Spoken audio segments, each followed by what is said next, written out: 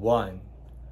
Mr. Speaker, ladies and gentlemen, relationships about love and care are not just about X is greater than Y or X is less than Y, because there are instances where these things change.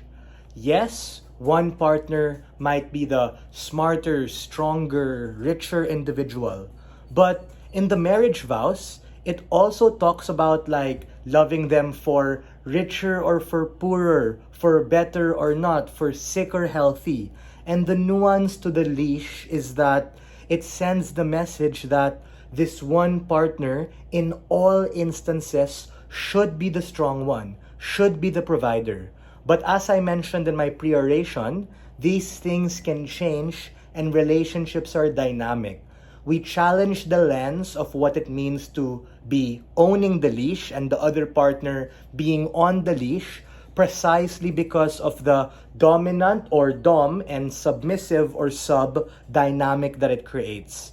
A lot of what the previous speaker talked about is not really nuanced to it being okay or it being a leash, because obviously if my partner is sick or my partner is mentally not able to do their faculties, it's more than just that, and this is me burden pushing side opposition to also defend the nature of dom and sub relationships absent necessity, because they drew it parallel to like a parent and a child, meaning, yeah, of course, if my partner got hit by a car and is like harmed in that way, then I have to take care of them, but they have to nuance this to the leash and talk about why in majority of instances, one partner should be the dom, the other partner should be the sub. This debate, to be very clear, is not about dominant or submissive relationships being good or bad, but uniquely about the implications and effects on this on the following parties. A, on the dominant or dom partner, the one holding the leash. B, the submissive or sub partner who is on the leash. C, the relationship as a whole. And D, the effects this has on society. This debate is just not about the subjective definition of like what okay is. So just to preempt, it would be uncharitable if government case line is like, yeah, it's okay because people can just choose it. It's not bad. This debate is more than just preference. We think that for the best possible debate, we need to explore the narrative and the implications of what it being okay does and what are the implications of having relationships on the leash. What is our opposition counterfactual as part of our argumentation? We challenge the lens of viewing relationships in a master-animal kind of way when you have a leash holder and someone on the leash, and we don't like an asymmetrical power dynamic in relationships because these often become a presupposition or an underpinning for things like abuse within the relationship, grooming among particular vulnerable individuals, and emotional manipulation or gaslighting. That is to say, if you're not in a particular relationship that is like that, you become conditioned to potentially be in one wherein everyone says it's fine to have this kind of leashy-like relationship. Or if you currently are in one, and this is important, you're unable to get out of that asymmetrical power dynamic.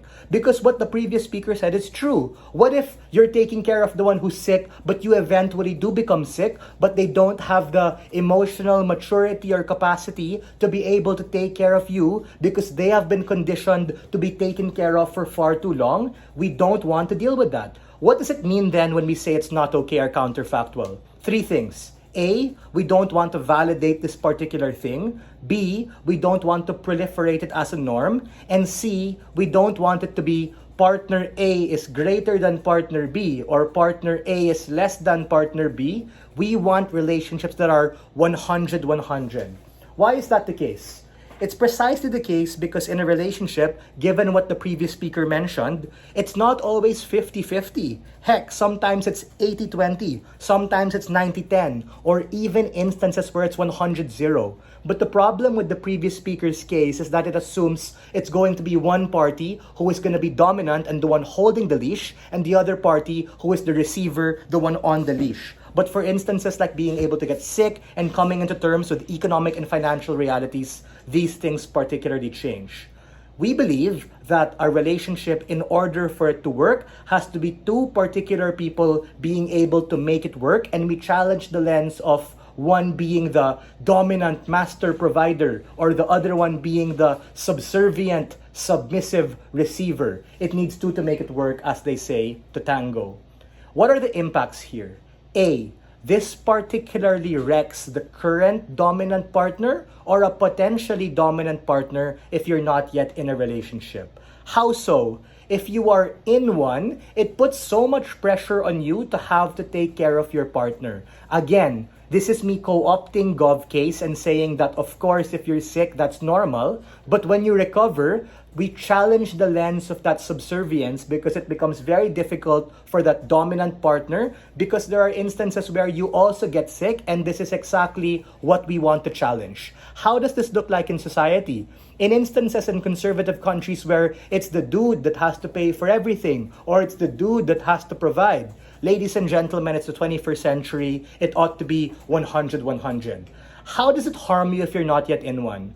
It conditions you that there's going to be one partner who has to do most of the grunt work, and that potentially could turn off people from entering relationships, especially when you reinforce and say it's okay to be in one. They have a false sense of understanding. They think one has to be the dom, the other has to be the sub.